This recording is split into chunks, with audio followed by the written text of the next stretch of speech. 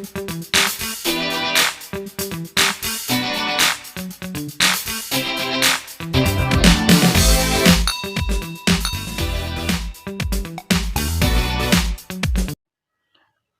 sejahtera untuk kita semua.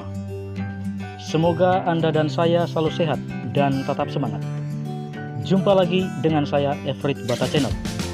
Hari ini kita mau melihat wajah kota Ende, mulai dari arah barat sisi masuk kota Ende, yakni wilayah Ndau, sampai ke sisi timur kota Ende, yakni wilayah Wolwona, dengan berbagai aneka arca patung yang menghiasi wajah kota Ende. Mari kita mulai dari pintu masuk di sisi barat kota Ende, yakni wilayah Ndau. Memasuki wilayah kota Ende, tepatnya di wilayah Ndau, terdapat sebuah gapura yang berdiri kokoh, bertuliskan "Selamat Datang". Jalan Trans Forest Ende Bajawa ini berada tepat di sepanjang tepian pantai Ende.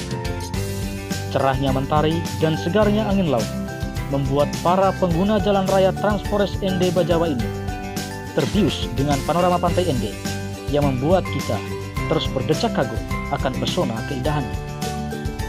Dari gapura Selamat Datang, kita terus bergerak menuju ke arah timur kota Ende, yakni di kilometer 0. Di kilometer 0 inilah terdapat sebuah arca patung pahlawan Ende, yakni Bara Nuri.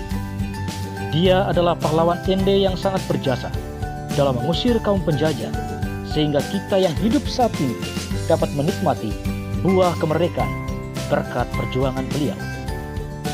Di sisi barat pintu masuk kota Ende ini, beliau berdiri seolah ingin menyapa kepada siapa saja yang datang keluar dan masuk kota Ende.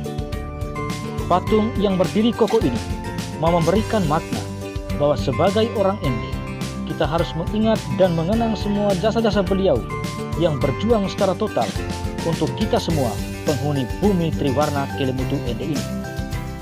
Dari kilometer 0, tepat di pertigaan Arandau, Woloare, dan Ende ini, kita terus bergerak maju menuju kilometer 1 di Jalan Soekarno.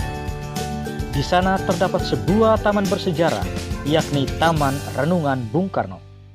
Di taman inilah terdapat sebuah arca patung Sang Proklamator Negara Republik Indonesia, yakni Bapak Insinyur Soekarno, yang sedang duduk merenungkan nilai-nilai mutiara Pancasila.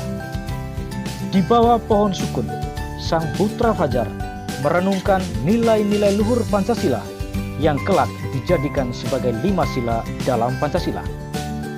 Di samping tempat arca patung Soekarno duduk, di sisi selatan ada lapangan Pancasila, gunung meja, dan tribun untuk upacara-upacara resmi kenegaraan. Tepat di depan wajah patung Soekarno terdapat pemandangan pantai Ende dan pelabuhan Soekarno Ende.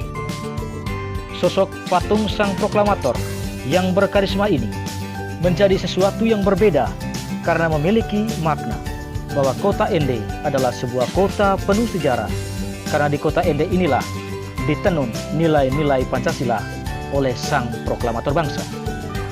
Untuk itu, keberadaan patung Soekarno di Taman Renungan ini mengingatkan kita akan sosok berkarisma yang membawa masa depan bangsa Indonesia ini menuju pada kemerdekaan. Dari Jalan Soekarno Ende, kita terus bergerak maju menuju sisi tengah kota Ende, yakni di Jalan Diponegoro, Jalan Wedjet Yohanes, dan Jalan Nuamuri. Karena tepat di titik tengah pertemuan antara jalan ini terdapat sebuah bundaran dengan arca patung pelajar pria dan wanita yang sedang berdiri. Di tempat zona ini memang memiliki beberapa lembaga pendidikan sekolah, mulai dari tingkat sekolah dasar sampai perguruan tinggi. Dengan demikian, keberadaan patung pelajar ini memberikan sebuah makna bahwa Ende juga adalah ikon kota pelajar dan kota pendidikan. Hal itu dibuktikan dengan beberapa penampakan sekolah yang memenuhi jalur ini, seperti Sekolah SMPK Maria Goretti Ende, SMK Muktiasa Ende, yang adalah lembaga pendidikan milik Susteran TY. Di samping itu ada juga SD Santa Ursula, SMPK Santa Ursula Ende, dan perguruan tinggi swasta milik Susteran Ursulin. Ada juga Sekolah SMAK Suradikara Ende yang merupakan lembaga pendidikan milik SPD. Semuanya itu tergambar sebagai satu kesatuan yang utuh, yang memberikan makna bahwa keberadaan patung pelajar di zona ini adalah ciri khas Ende sebagai kota pelajar dan kota pendidikan. Dari Jalan Wirajaya Ende, kita menuju ke Jalan Eltari Ende. Di sana terdapat sebuah bundaran yang merupakan perlintasan bagi siapapun yang hendak masuk atau keluar menuju Jalan Eltari. Di bundaran itu terdapat sebuah arca patung budaya Wanda Pau. Jalan Eltari adalah jalan protokol, di mana di jalan inilah terdapat semua perkantoran pemerintah. Dalam keseharian orang Ende selalu menyebut patung ini sebagai patung Triping. Sebenarnya, nama ini konon katanya akibat pergeseran budaya barat ke timur yang juga sampai ke Ende, yakni budaya seni tari atau goyang yang dinamakan goyang Triping.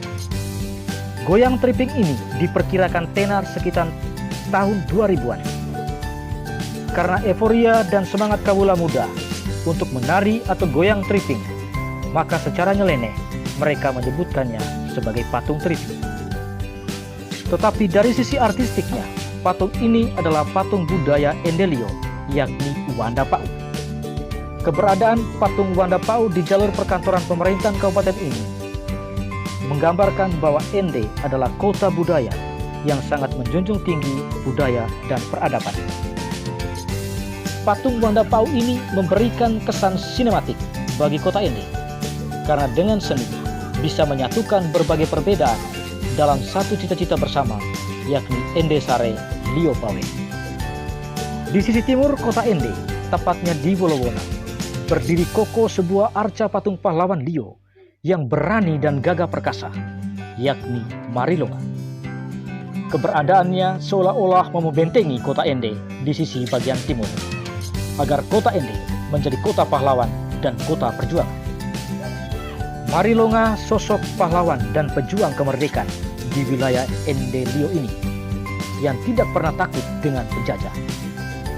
Beliau berjuang pantang menyerah, serta berani mempertaruhkan nyawanya untuk tanah Ende Lio tercinta, agar terciptalah kedamaian dan kesejahteraan bagi setiap orang yang mendiami bumi Ende Lio tercinta ini. Semangat pantang menyerah, keberanian dan keperkasaan yang dimiliki oleh pahlawan Marilonga dalam mempertahankan tanah Ende Lio ini dari penjajah kiranya menjadi semangat kita semua dalam membangun Ende yang lebih baik menuju Ende Sare Lio Pawe.